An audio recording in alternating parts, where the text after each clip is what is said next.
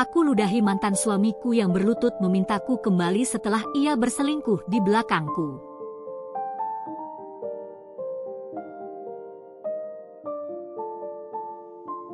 Aku adalah seorang wanita yang pernah percaya bahwa cinta sejati akan bertahan selamanya. Bersama Arman, suamiku, aku membangun rumah tangga yang tampak bahagia. Dia adalah pria yang penuh perhatian, romantis, dan selalu bersikap manis kepadaku. Setiap hari bersamanya terasa seperti anugerah, dan aku selalu berpikir bahwa kami adalah pasangan yang sempurna. Aku masih ingat dengan jelas hari di mana aku pertama kali bertemu dengan Arman. Saat itu, aku sedang duduk di sebuah kafe kecil di sudut kota, menikmati segelas kopi sambil membaca novel kesukaanku. Tiba-tiba, seorang pria asing duduk di meja sebelah dan tanpa sengaja menumpahkan kopinya ke meja tempatku duduk. Ya Tuhan, aku benar-benar minta maaf. Aku nggak sengaja, katanya panik sambil buru-buru mengambil tisu untuk membersihkan tumpahan kopi. Aku hanya tertawa kecil. Tidak apa-apa. Lagi pula, tidak kena bukuku. Saat itulah aku pertama kali melihat matanya. Tatapan hangatnya seolah menyihirku, dan aku tak bisa mengalihkan pandanganku darinya. Dari percakapan ringan tentang buku hingga akhirnya saling bertukar nomor telepon, aku tahu hari itu adalah awal dari sesuatu yang istimewa. Hubungan kami berkembang dengan cepat. Arman adalah pria yang selalu tahu bagaimana membuatku merasa istimewa. Setiap minggu, dia mengajakku ke tempat-tempat baru, mencoba makanan yang belum pernah kami cicipi sebelumnya, dan membanjiriku dengan kejutan-kejutan kecil yang selalu membuatku tersenyum. Saat ulang tahunku yang ke-25, dia melakukan sesuatu yang benar-benar tak terduga. Aku pikir hari itu akan berjalan seperti biasa. Aku menghabiskan pagi di kantor, kemudian Arman menjemputku untuk makan malam. Tapi begitu kami sampai di sebuah restoran kecil yang didekorasi dengan lilin-lilin romantis, aku mulai curiga bahwa ada sesuatu yang istimewa. Apa ini semua? Tanyaku sambil menatap ruangan yang dipenuhi kelopak mawar merah. Arman hanya tersenyum. Cuma sedikit usaha untuk membuat ulang tahunmu lebih spesial. Setelah makan malam selesai, dia mengeluarkan sebuah kotak kecil berwarna merah muda dan menyerahkannya kepadaku. Apa ini? Aku bertanya dengan hati berdebar. Buka saja, katanya lembut. Dengan perlahan, aku membuka kotak itu dan menemukan sebuah kalung dengan liontin berbentuk hati di dalamnya. Saat aku membalik liontin itu, aku menemukan tulisan kecil yang terukir rapi, "Selamanya, untukmu." Aku menatapnya dengan mata berkaca-kaca. Arman, ini indah sekali. Dia menggenggam tanganku erat. Aku ingin kamu selalu tahu, aku akan selalu ada untukmu. Apapun yang terjadi, aku ingin kita tetap bersama, selamanya. Hari itu, aku merasa seperti wanita paling beruntung di dunia. Setelah menikah, kebahagiaan kami terus berlanjut. Arman tetap menjadi pria yang sama, penuh perhatian dan selalu tahu bagaimana membuatku merasa dicintai. Di akhir pekan, dia sering mengajakku berjalan-jalan ke tempat-tempat favorit kami, seperti taman di pinggir kota tempat kami dulu sering menghabiskan waktu sebelum menikah. Aku masih ingat suatu hari Minggu pagi, saat kami duduk di bangku taman sambil menikmati sarapan yang dia siapkan sendiri. Kamu tahu, katanya sambil menyeruput kopinya. Aku masih ingat pertama kali aku melihatmu di kafe itu. Aku tertawa kecil.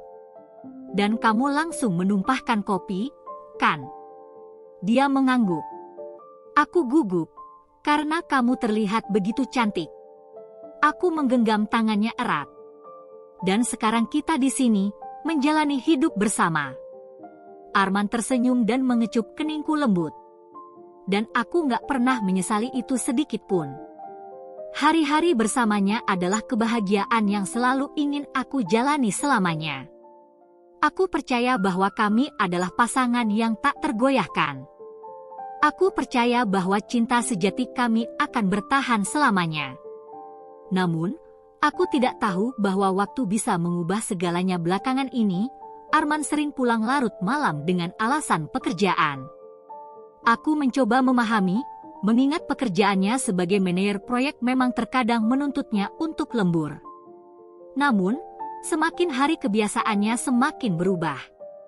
Dulu, Arman selalu menyempatkan diri untuk mengabariku setiap kali ia akan pulang terlambat.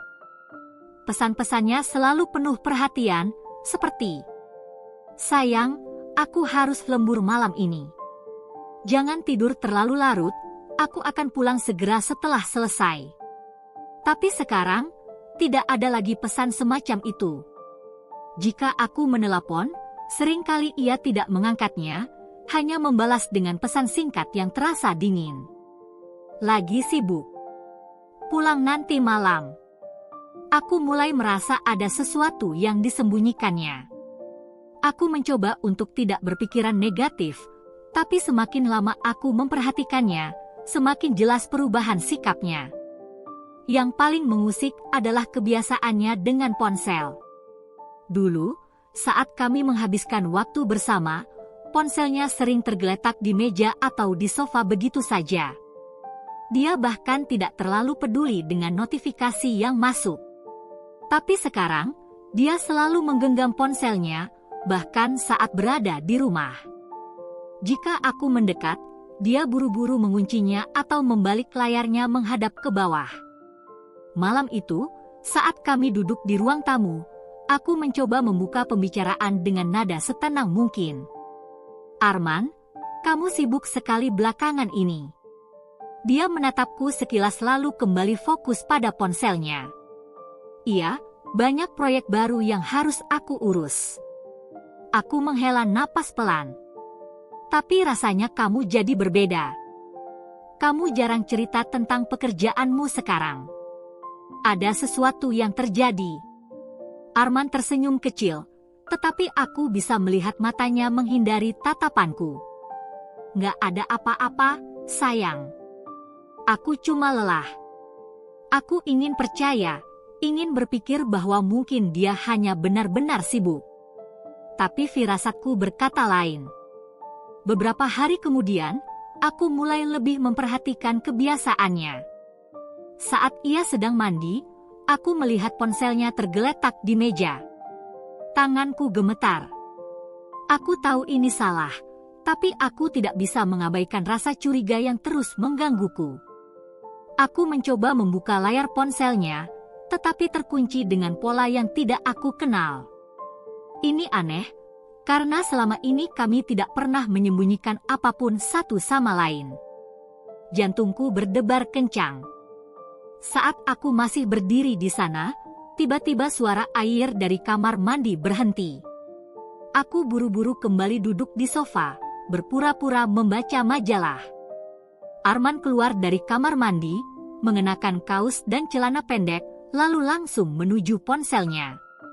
Saat ia melihat ponselnya ada di tempat berbeda dari sebelumnya, aku melihat sekilas perubahan ekspresi di wajahnya, seperti seseorang yang hampir ketahuan melakukan sesuatu. Dia menatapku sesaat, lalu memasukkan ponselnya ke dalam saku. Aku tersenyum kecil, berpura-pura tidak tahu apa-apa. Tapi dalam hati, aku semakin yakin.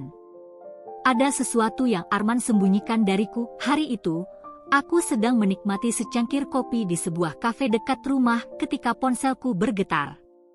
Sebuah pesan masuk dari Rina, salah satu teman baikku yang juga kebetulan bekerja di perusahaan yang sama dengan Arman. "Rina, maaf sebelumnya, tapi aku pikir kamu perlu tahu sesuatu. Aku sering melihat Arman akhir-akhir ini. Dia terlihat dekat dengan seorang wanita di kantornya." Dahiku berkerut. Aku menatap layar ponsel tanpa berkedip, seolah-olah aku salah membaca. Aku ingin mengabaikannya, ingin percaya bahwa tidak ada yang perlu dikhawatirkan. Tapi firasatku, yang selama ini sudah gelisah, semakin menguat. Aku membalas pesan itu dengan hati-hati. "Aku, maksudmu dekat seperti apa, Rin?" balasannya datang cepat. Rina, mereka sering makan siang bersama. Kadang pulang bareng.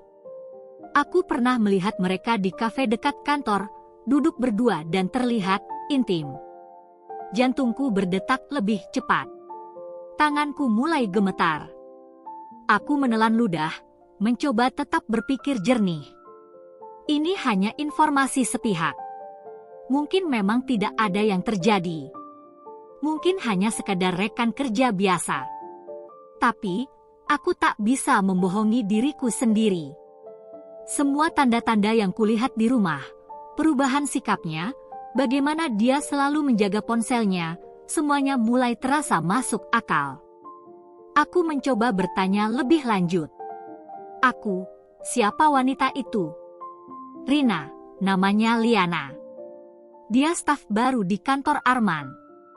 Aku nggak mau berpikiran buruk, tapi cara mereka berinteraksi terasa lebih dari sekadar teman kerja. Nama itu terasa asing, tapi juga membuatku semakin penasaran. Aku mencoba mengingat, pernahkah Arman menyebut nama Liana sebelumnya? Tidak. Setahuku, dia selalu berbicara tentang rekan-rekannya, tetapi tidak pernah menyebut nama itu. Aku ingin menyangkalnya. Aku ingin percaya bahwa Arman tidak mungkin melakukan hal itu. Tapi rasa curiga yang selama ini berusaha kutepis kini mulai menguasai pikiranku. Sore itu, aku pulang lebih awal. Aku duduk di sofa ruang tamu, mencoba mengendalikan perasaan yang campur aduk dalam dadaku. Aku ingin menghadapi Arman langsung, tetapi aku butuh bukti lebih. Aku tidak ingin menuduh tanpa dasar. Saat Arman pulang malam itu, aku memperhatikannya dengan lebih seksama. Capek banget, ya? Tanyaku, berusaha terdengar santai. Arman tersenyum kecil. Iya, kerjaan lagi banyak banget. Bos makin banyak nuntut. Aku mengangguk. Kamu makan siang di mana tadi? Pertanyaan itu membuatnya sedikit terkejut. Tapi dengan cepat ia menjawab, di kantor saja, bareng anak-anak tim. Jantungku mencelos. Ia berbohong. Aku tidak mengatakan apa-apa lagi malam itu, tapi dalam hati aku tahu, aku harus mencari tahu lebih jauh. Jika benar ada sesuatu yang Arman sembunyikan dariku, aku tidak akan tinggal diam. Aku tahu aku tidak akan tenang sampai aku menemukan kebenaran. Firasatku sudah terlalu kuat untuk diabaikan, dan peringatan dari Rina terus terngiang-ngiang di kepalaku. Malam itu, Arman pulang lebih larut dari biasanya. Aku pura-pura tertidur ketika dia masuk ke kamar. Dari balik kelopak mataku yang setengah terbuka, aku melihatnya duduk di tepi ranjang, mengeluarkan ponselnya, lalu mengetik sesuatu dengan cepat. Jantungku berdebar. Aku harus tahu. Aku menunggu sampai napasnya mulai teratur, tanda bahwa dia sudah tertidur lelap. Dengan hati-hati, aku mengambil ponselnya dari genggamannya. Sejenak aku ragu, tanganku gemetar. Aku tidak ingin menemukan sesuatu yang menyakitkan, tetapi aku juga tidak bisa terus hidup dalam ketidakpastian. Layar ponselnya masih terbuka, dan di sana, tepat di depan mataku, sebuah percakapan yang menghancurkan duniaku. Liana, aku kangen banget. Kapan kita bisa ketemu lagi tanpa harus sembunyi-sembunyi? Arman, sabar, sayang. Aku juga kangen. Aku bakal cari alasan biar bisa lebih sering sama kamu. Aku menutup mulutku dengan tangan, menahan isakan yang hampir pecah. Hatiku mencelos. Aku tidak bisa percaya bahwa suami yang selama ini kucintai, yang selalu kupikir adalah pasangan yang setia, ternyata tega mengkhianatiku. Aku terus menggulir percakapan mereka. Ada foto-foto mereka berdua, senyum bahagia yang seharusnya hanya untukku, kata-kata mesra yang dulu hanya milikku. Tanganku mencengkeram erat ponselnya, emosi yang bergejolak di dadaku sudah tak bisa dibendung lagi. Aku membangunkan Arman dengan kasar. Bangun, Arman, Suaraku bergetar, mataku sudah dipenuhi air mata. Arman terkejut, masih setengah sadar, tapi begitu melihat ekspresiku dan ponselnya di tanganku, wajahnya langsung berubah. "Ada apa ini?" tanyanya, mencoba bersikap tenang. Aku melemparkan ponselnya ke kasur. "Jangan pura-pura, Arman. Aku sudah baca semuanya. Pesan-pesanmu dengan Liana. Kalian sudah sejauh apa?" Arman menatapku, lalu mengambil ponselnya.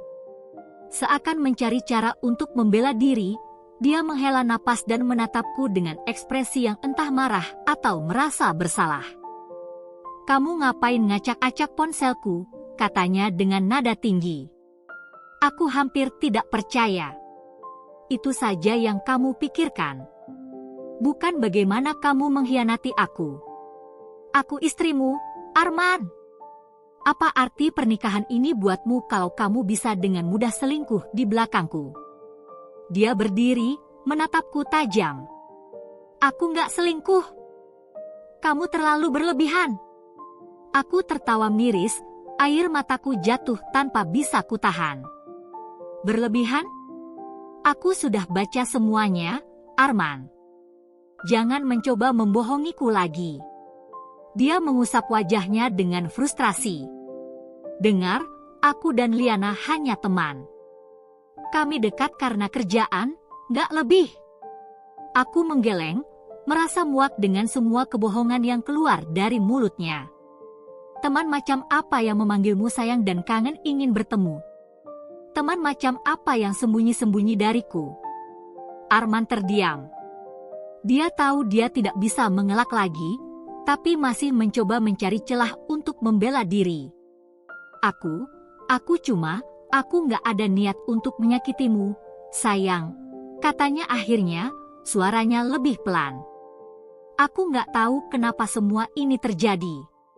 Aku menatapnya dengan kekecewaan yang mendalam. "Kalau kamu benar-benar nggak tahu, itu lebih parah, Arman. Itu artinya kamu bahkan gak sadar saat kamu mulai mengkhianati aku."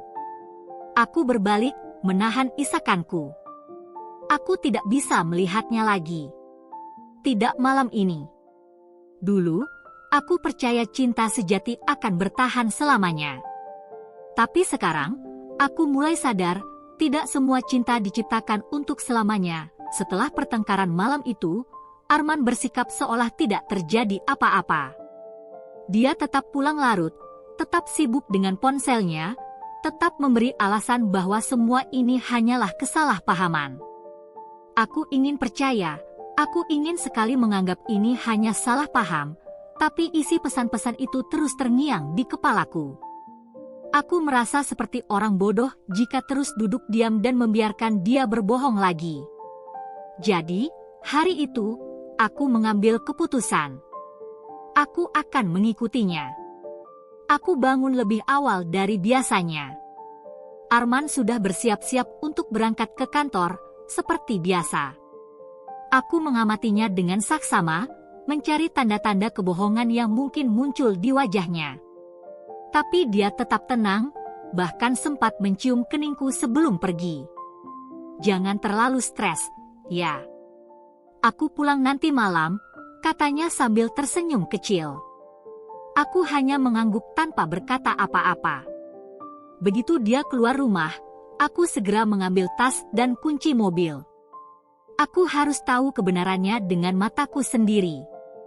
Aku mengikuti mobilnya dari kejauhan, berhati-hati agar dia tidak menyadari keberadaanku. Jantungku berdetak kencang, ada perasaan takut akan apa yang mungkin aku temukan, tapi aku tidak bisa mundur sekarang. Setelah sekitar 30 menit perjalanan, dia tiba di gedung kantornya. Aku memarkir mobilku di seberang jalan, menunggu dengan penuh kegelisahan. Aku ingin tahu kemana dia pergi, dengan siapa dia bertemu. Sekitar 10 menit kemudian, aku melihatnya keluar dari lobi kantor. Bersama seorang wanita. Wanita itu tinggi, berambut panjang dengan pakaian rapi dan senyum yang manis. Aku tidak pernah melihatnya sebelumnya, Tapi aku tidak perlu bertanya siapa dia. Aku tahu ini pasti Liana. Hatiku mulai mencelos ketika aku melihat bagaimana mereka berjalan berdua, begitu dekat satu sama lain. Aku berharap mereka hanya rekan kerja biasa, tapi harapanku hancur dalam sekejap saat aku melihat sesuatu yang membuat napasku tercekat. Arman menggenggam tangannya. Bukan sekadar genggaman biasa. Tangannya menggenggam tangan wanita itu dengan erat, seperti seseorang yang tidak ingin kehilangan orang yang ia cintai. Seperti bagaimana dulu dia menggenggam tanganku. Aku ingin berteriak, ingin menangis, ingin mendekatinya dan menampar wajahnya, tapi kakiku terasa kaku. Aku hanya bisa berdiri di sana, menyaksikan bagaimana suamiku yang dulu penuh cinta kini membagi kasihnya dengan wanita lain. Liana tertawa kecil, lalu menepuk bahunya dengan manja. Mereka mengobrol santai, bercanda seperti sepasang kekasih yang tidak peduli dengan dunia di sekitar mereka. Seolah aku tidak pernah ada. Aku menggigit bibirku kuat-kuat, menahan isakan yang hampir pecah. Ini bukan lagi sekadar pesan singkat. Ini bukan lagi sekadar kecurigaan. Ini adalah bukti nyata di depan mataku. Arman telah mengkhianatiku. Aku menarik napas dalam-dalam dan berbalik, berjalan kembali ke mobilku dengan tangan yang gemetar. Aku tidak bisa berada di sini lebih lama. Aku tidak bisa melihatnya lebih lama. Air mata yang sejak tadi kutahan akhirnya jatuh juga. Hatiku hancur berkeping-keping. Malam itu, aku duduk di ruang tamu, menunggu Arman pulang. Jari-jariku mencengkeram erat ponsel di pangkuanku, bukti nyata dari pengkhianatannya. Hatiku masih terasa sesak setelah apa yang kulihat siang tadi. Arman menggenggam tangan wanita lain seolah aku tak pernah ada dalam hidupnya. Setiap detik yang berlalu terasa begitu lambat. Dadaku naik turun dengan napas yang tak beraturan.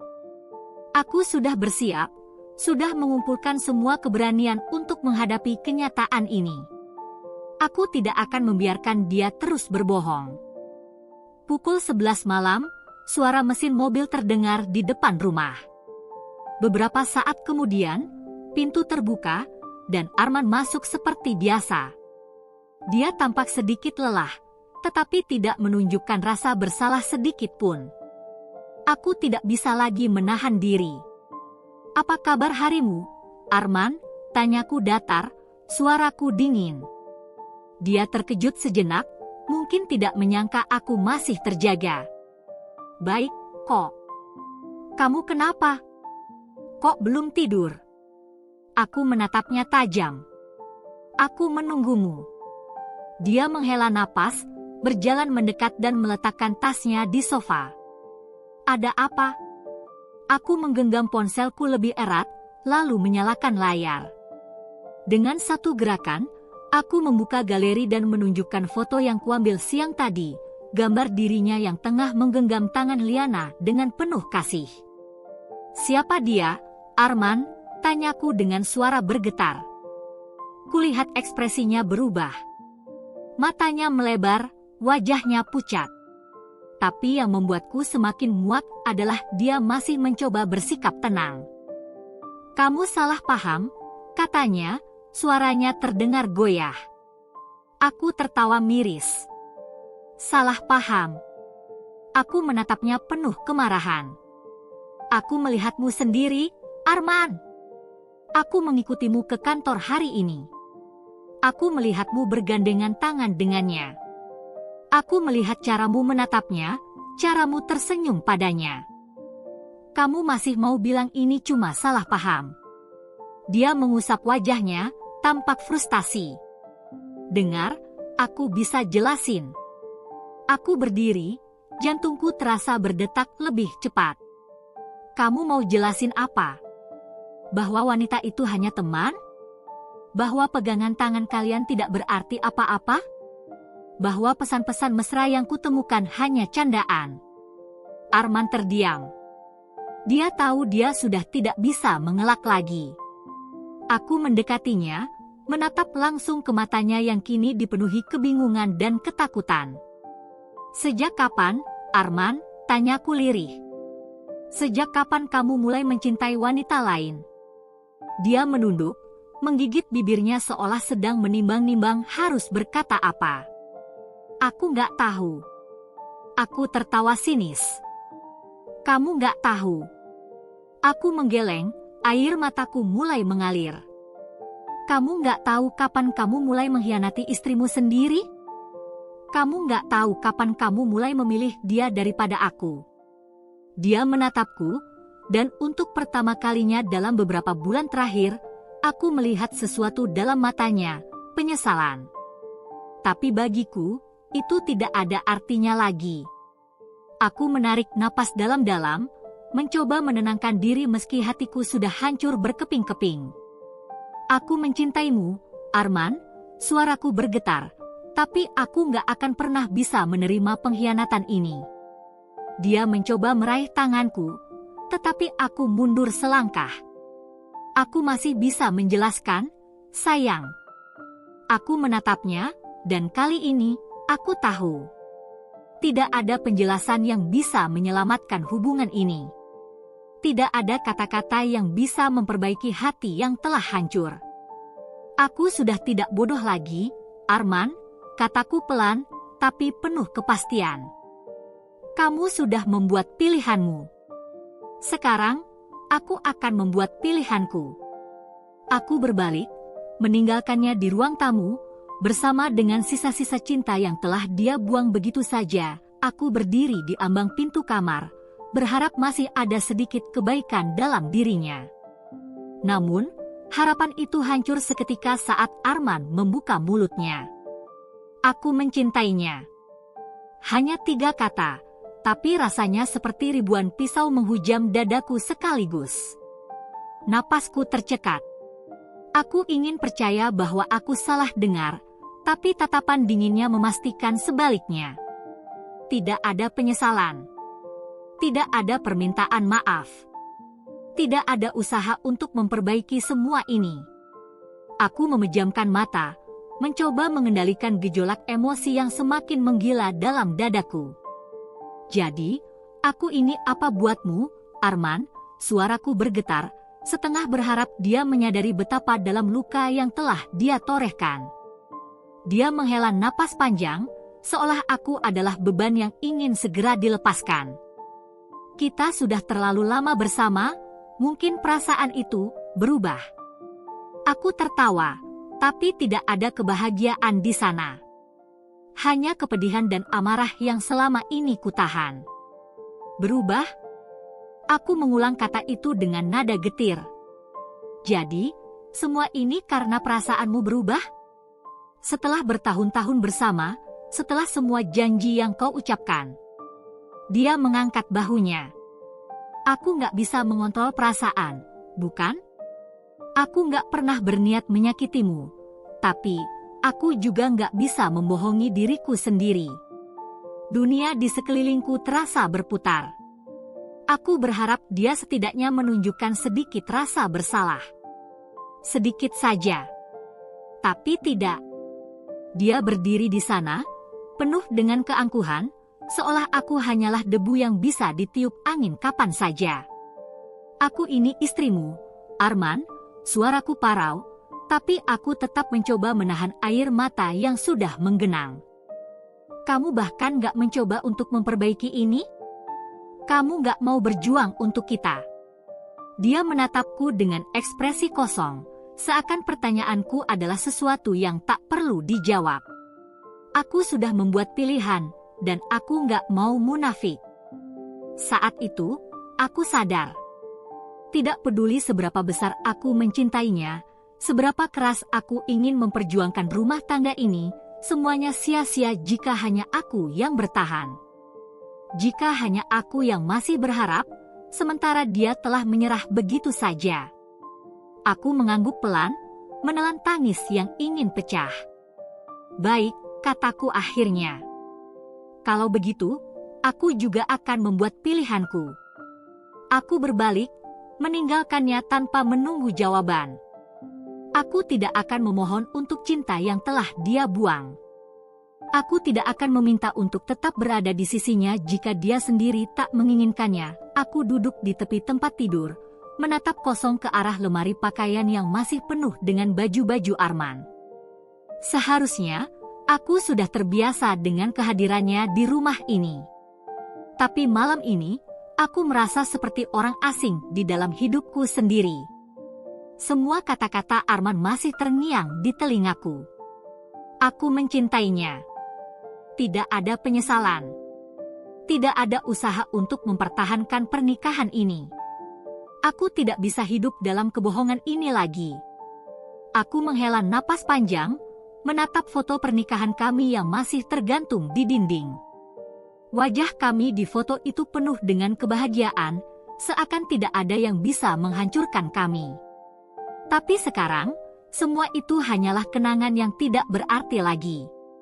Di saat aku masih berusaha mempertahankan pernikahan ini, dia sudah memilih untuk pergi. Jadi, mengapa aku harus bertahan?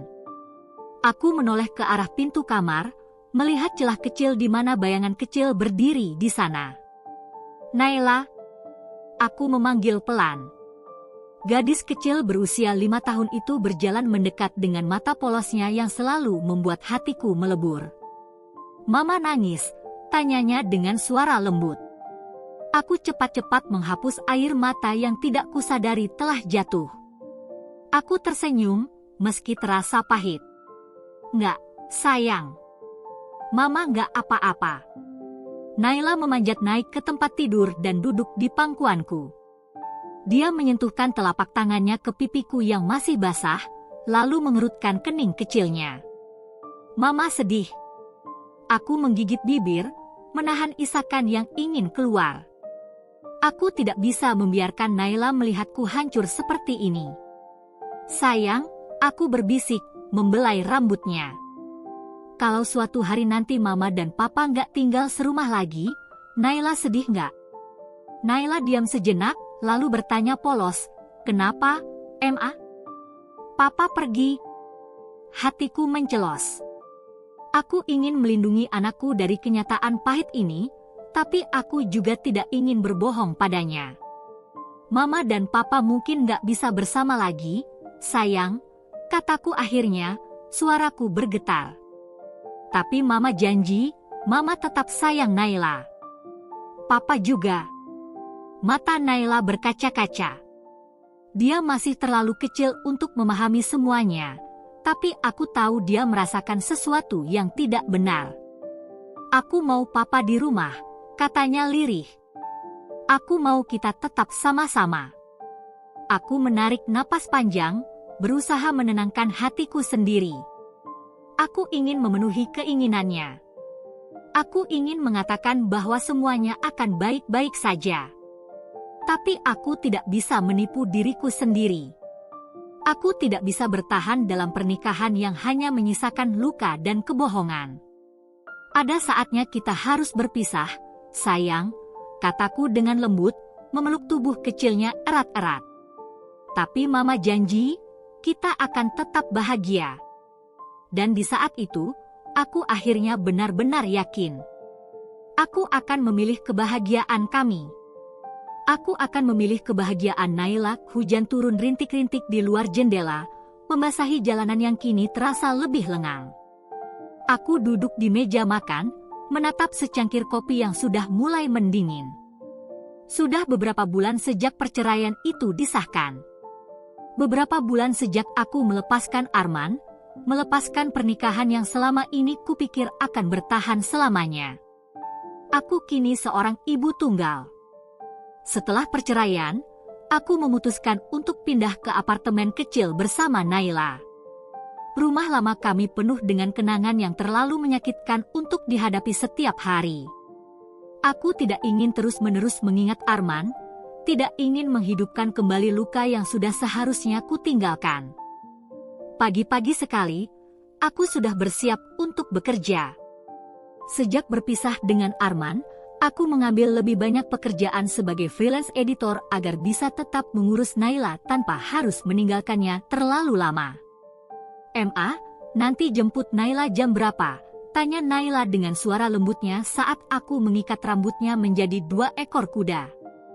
Aku tersenyum, menatap wajah mungilnya yang semakin mirip dengan Arman. Mama akan jemput jam 4, sayang.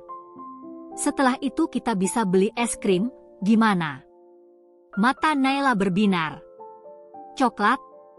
Aku tertawa kecil dan mencubit hidungnya.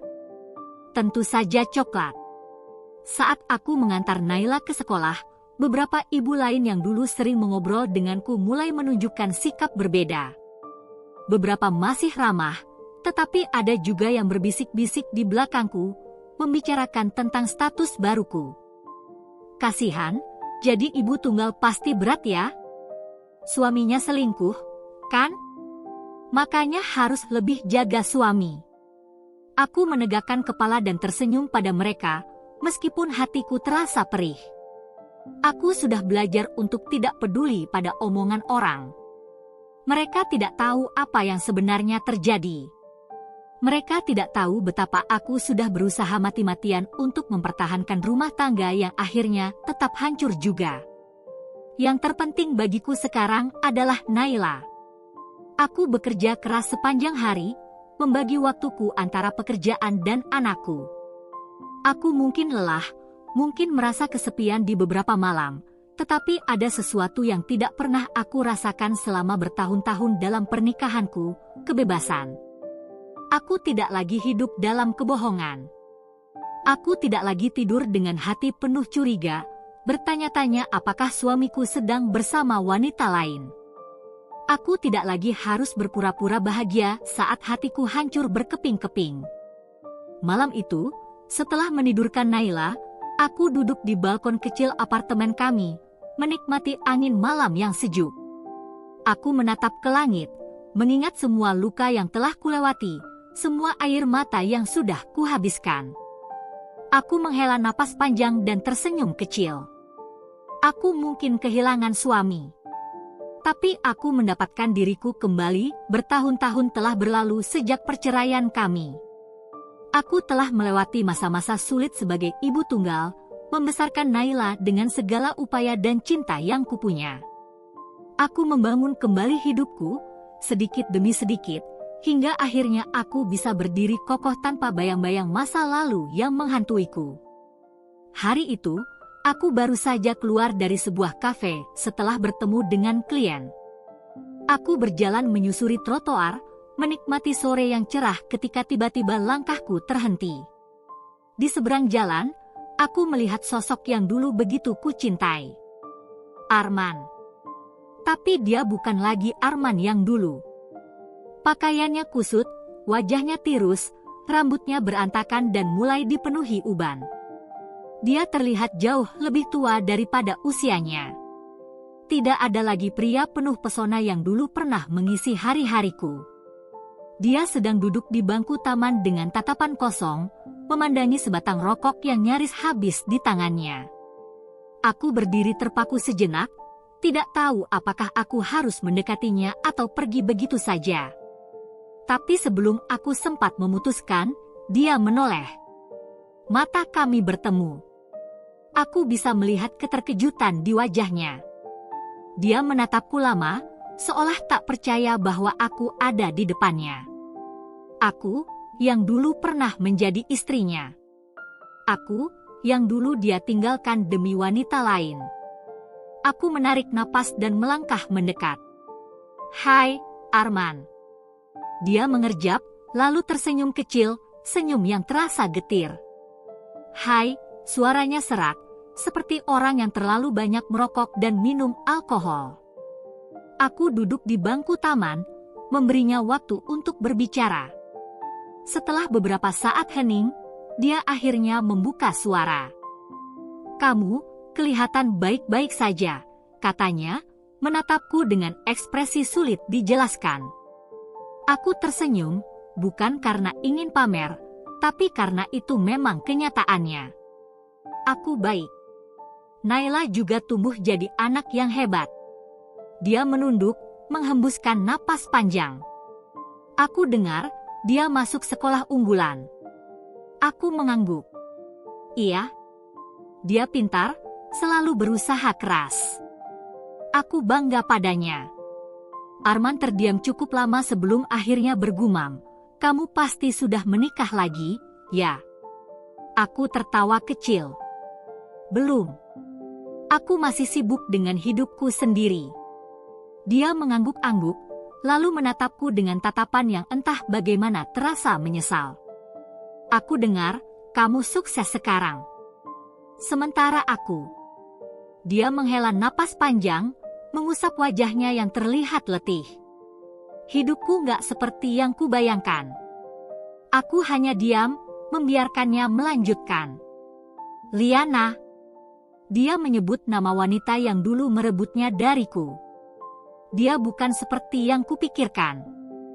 Pemalas, boros, dan gak pernah peduli sama aku kecuali saat aku punya uang. Aku pikir aku akan bahagia dengannya, tapi... Aku melihat matanya yang kosong, penuh penyesalan. Dia tidak perlu melanjutkan. Aku sudah tahu bagaimana akhir kisahnya. Dulu, dia memilih wanita itu karena merasa bosan denganku. Karena dia mengira rumput di seberang lebih hijau. Tapi sekarang dia menyadari bahwa yang dia kejar bukanlah kebahagiaan, melainkan ilusi semata. Aku menatapnya lama sebelum akhirnya berkata, "Kamu yang memilih jalan ini, Arman." Dia menatapku dengan sorot mata sendu, seolah mengerti bahwa aku tidak mengatakan itu untuk menyakitinya, melainkan sebagai sebuah kebenaran.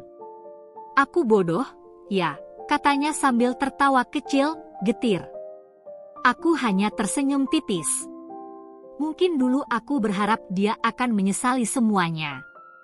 Mungkin dulu aku ingin dia merasakan sakit yang sama seperti yang dia berikan padaku.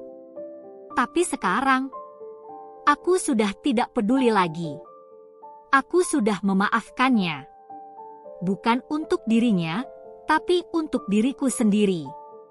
Aku berdiri, merapikan tas di pundakku. "Semoga kamu bisa menemukan kebahagiaanmu sendiri, Arman." Dia menatapku lama sebelum akhirnya mengangguk pelan. "Terima kasih." Aku melangkah pergi, meninggalkannya dengan semua penyesalannya.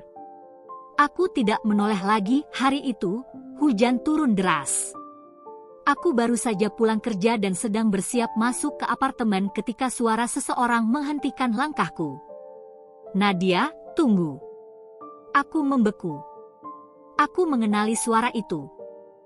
Perlahan, aku menoleh dan menemukan sosok yang sudah lama ingin kulupakan, Arman. Dia berdiri di depan gedung apartemenku, basah kuyup, wajahnya penuh rasa putus asa. Ada sorot yang sulit dijelaskan dalam matanya, seolah dia menyesali segalanya. Aku tidak ingin berbicara dengannya. Aku ingin masuk ke dalam apartemen dan menganggap dia tidak pernah ada.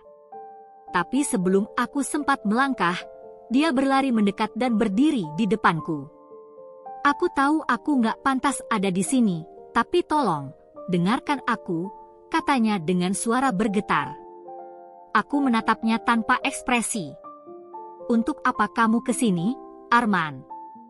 Dia menelan ludah, wajahnya tampak lebih tua dari terakhir kali aku melihatnya.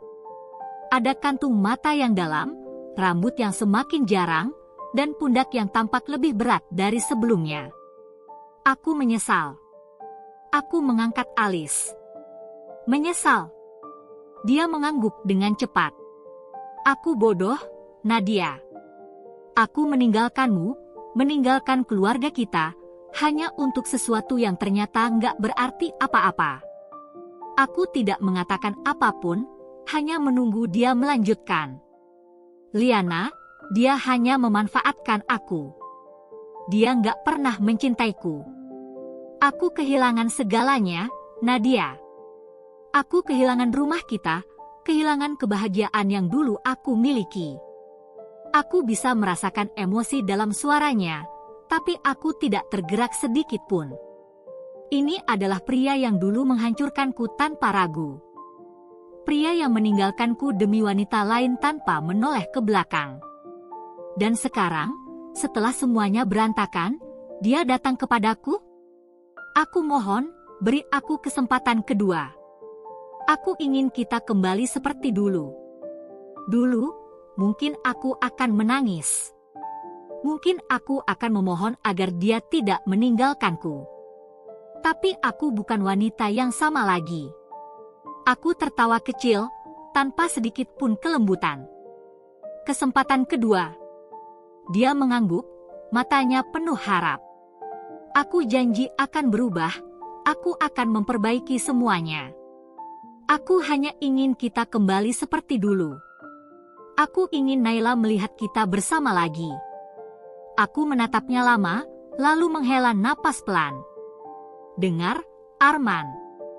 Aku bukan wanita bodoh yang bisa kau permainkan lagi. Aku sudah melewati masa-masa tersulit dalam hidupku tanpa kamu. Dia tampak gelisah. Tapi aku benar-benar menyesal, Nadia. Aku kehilanganmu. Aku kehilangan segalanya. Aku mendekat, menatap matanya yang kini penuh rasa bersalah. Kamu kehilangan aku bukan karena nasib buruk. Kamu kehilangan aku karena kamu memilih untuk meninggalkanku. Sekarang kamu menyesal? Sayangnya, aku sudah tidak peduli. Dia terdiam, bibirnya bergetar seolah ingin mengatakan sesuatu, tapi tak ada kata yang keluar. Aku tersenyum tipis. Cintaku untukmu sudah mati sejak lama, Arman. Sekarang, aku hanya merasa kasihan. Tanpa menunggu jawabannya, aku berbalik dan berjalan masuk ke dalam apartemenku. Kali ini, aku tidak menoleh lagi, aku masih berdiri di ambang pintu apartemen ketika tiba-tiba Arman berlutut di depanku. Ya, berlutut. Hujan deras mengguyur tubuhnya, membuatnya tampak semakin menyedihkan. Tangannya terentang, wajahnya penuh permohonan, matanya basah, entah karena hujan atau air mata yang akhirnya jatuh setelah sekian lama. Nadia, tolong, aku mohon, jangan tinggalkan aku begini, suaranya bergetar, hampir putus asa. Aku menatapnya dengan dingin. Ini pria yang dulu dengan angkuhnya berkata bahwa dia mencintai wanita lain. Ini pria yang dengan mudahnya mengabaikanku, menganggapku tidak lebih dari debu yang bisa dihempaskan. Dan sekarang dia ada di sini, berlutut di hadapanku, seakan-akan aku adalah satu-satunya hal yang bisa menyelamatkannya dari kehancuran. Aku menyilangkan tangan di dada, menghembuskan napas perlahan. Arman, berdirilah. Kau terlihat menyedihkan. Tapi dia menggeleng, tetap bertahan dalam posisinya. Aku sudah kehilangan segalanya, Nadia. Aku tidak punya siapa-siapa lagi. Hanya kamu yang bisa membuatku merasa utuh kembali. Aku mendengus sinis. Utuh? Kau benar-benar punya keberanian untuk mengucapkan itu. Dia meremas rambutnya sendiri, ekspresinya penuh rasa putus asa. Aku bodoh, aku terlalu buta untuk melihat apa yang sebenarnya berharga dalam hidupku. Aku menunduk menatapnya, menatap pria yang dulu kucintai dengan sepenuh hati, pria yang dulu aku percayai dengan seluruh hidupku. Tapi cinta itu sudah mati. Dulu, aku mungkin akan hancur melihatnya seperti ini. Aku mungkin akan menangis, memohon agar dia kembali padaku. Tapi sekarang aku hanya merasa kosong. Tidak ada lagi cinta. Tidak ada lagi air mata untuknya. Aku berjongkok, menyamakan tinggi kami, lalu menatapnya tajam. Arman, kau bilang hanya aku yang bisa membuatmu merasa utuh? Tidak. Kau hanya tidak siap menerima akibat dari pilihanmu sendiri. Dia mengerjap, menatapku dengan mata penuh harapan yang perlahan-lahan meredup. Aku melanjutkan, kau memilih meninggalkanku. Kau memilih wanita itu. Dan sekarang, ketika semuanya berantakan, kau kembali padaku? Apa aku ini? Tempat sampah untuk menampung sisa-sisa hidupmu yang gagal. Arman menggeleng cepat. Tidak, Nadia, aku benar-benar menyesal. Aku ingin memperbaikinya, aku ingin menebus semuanya. Aku menghela napas dan berdiri.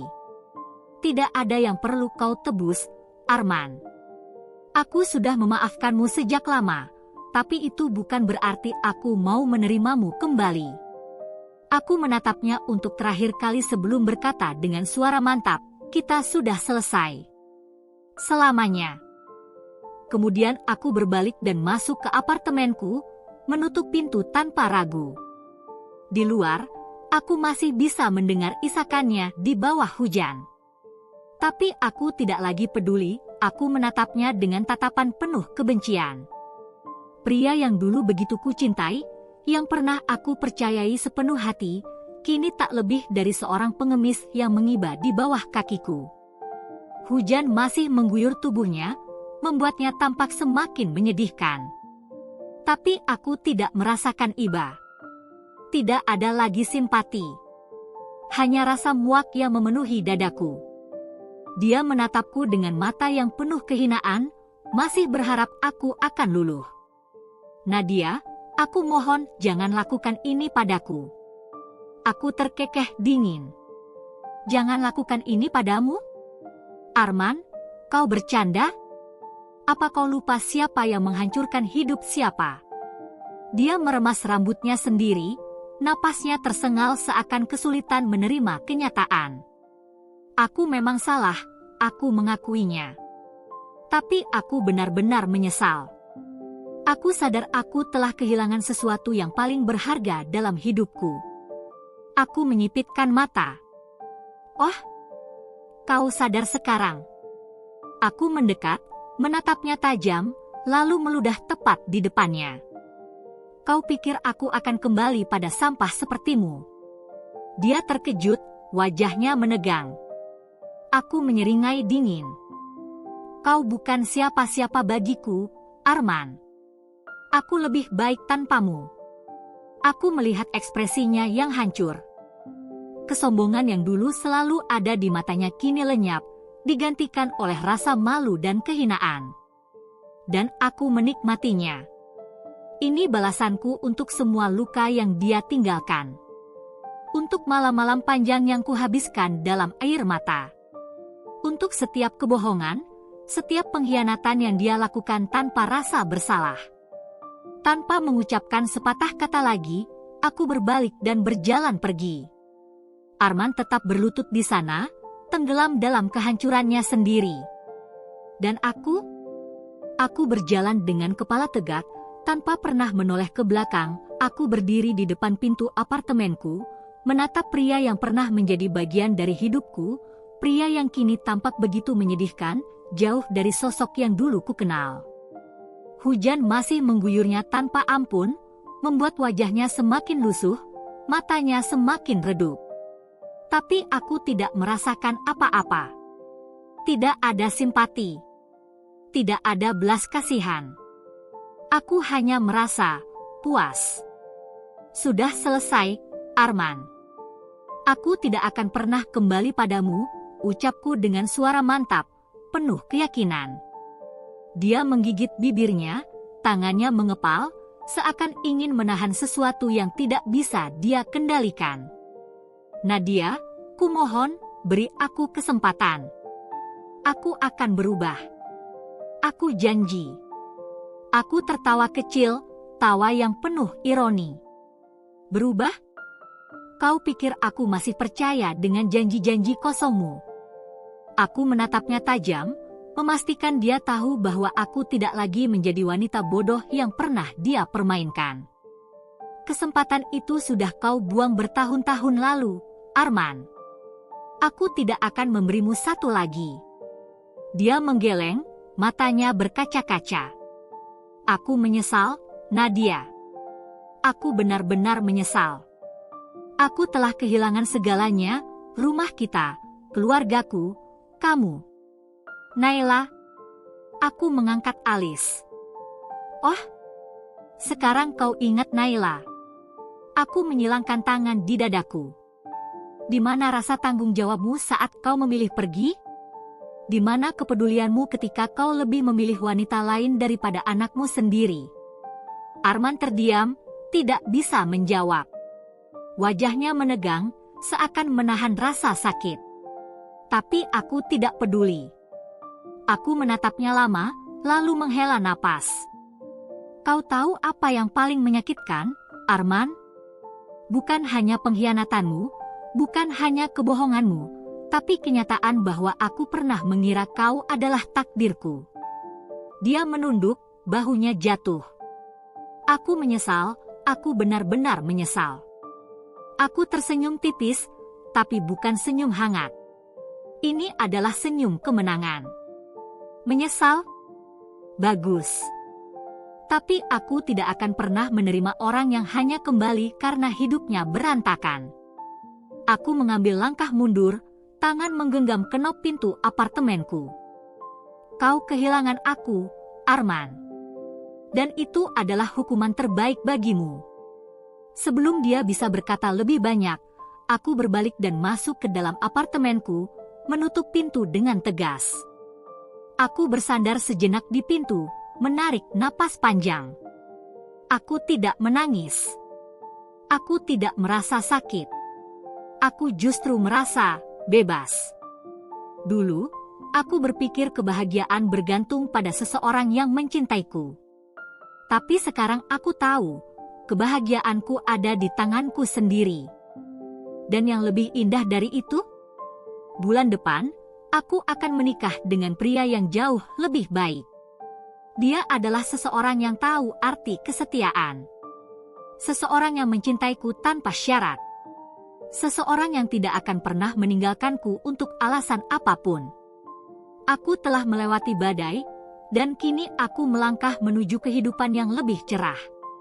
Sementara di luar sana, Arman tetap berdiri di bawah hujan, tenggelam dalam kehancurannya sendiri. Aku tidak menoleh lagi. Aku tidak perlu, terkadang, luka yang paling dalam justru menjadi kekuatan terbesar kita. Aku telah melewati badai, dihantam gelombang pengkhianatan dan kesedihan, tapi aku berdiri di sini hari ini, lebih kuat dari sebelumnya. Aku pernah percaya bahwa cinta sejati akan bertahan selamanya, bahwa seseorang yang kita pilih untuk menjalani hidup bersama akan selalu ada di sisi kita. Tapi hidup mengajarkanku pelajaran yang berbeda. Cinta sejati tidak hanya soal bersama selamanya, tetapi juga soal dihargai, dihormati, dan diperjuangkan. Aku telah menang, bukan dengan balas dendam, bukan dengan membuat Arman merasakan sakit yang sama seperti yang dia timpakan kepadaku. Tidak, aku menang dengan memilih untuk tidak lagi terjebak dalam luka itu. Aku menang dengan menemukan kebahagiaanku sendiri. Ada masa-masa di mana aku berpikir aku tidak akan pernah pulih. Malam-malam panjang yang kuhabiskan dengan air mata, pertanyaan-pertanyaan tanpa jawaban yang terus menghantuiku. Apa yang kurang dariku? Apa yang kulakukan salah? Kenapa dia memilih orang lain? Tapi kini aku sadar, semua pertanyaan itu tidak lagi penting. Karena jawabannya sederhana, aku tidak kurang dalam hal apapun. Aku tidak melakukan kesalahan. Aku tidak layak dikhianati. Arman yang memilih untuk mengkhianati, dan itu adalah sepenuhnya kesalahannya. Aku tidak perlu mencari alasan untuknya, aku tidak perlu memaklumi tindakannya. Yang perlu kulakukan hanyalah menerima kenyataan, melepaskan, dan melanjutkan hidupku. Kini, aku menjalani hidup yang lebih baik. Aku tidak lagi dikelilingi oleh kebohongan, tidak lagi terjebak dalam perasaan curiga atau ketakutan akan kehilangan seseorang yang seharusnya mencintaiku dengan tulus. Aku bebas. Aku bahagia. Dan yang lebih penting, aku belajar mencintai diriku sendiri. Bulan depan, aku akan menikah lagi. Dengan seseorang yang benar-benar mencintaiku, yang melihatku bukan hanya sebagai seseorang untuk sementara waktu, tetapi sebagai seseorang yang akan dia genggam tangannya selamanya. Seseorang yang tahu arti kesetiaan. Aku telah meninggalkan pengkhianatan di masa lalu. Tidak hanya itu, aku juga meninggalkan rasa sakit, ketakutan, dan keraguan terhadap diriku sendiri. Aku telah membuktikan bahwa aku jauh lebih kuat dari yang pernah aku bayangkan. Jadi, kepada wanita-wanita yang pernah dikhianati, yang pernah berpikir bahwa hidup mereka telah hancur karena pengkhianatan seseorang, ingatlah ini. Pengkhianatan mereka bukanlah akhir dari segalanya. Itu hanyalah awal dari perjalanan baru menuju kehidupan yang lebih baik. Karena wanita yang kuat tidak membutuhkan pria yang tidak bisa menghargainya.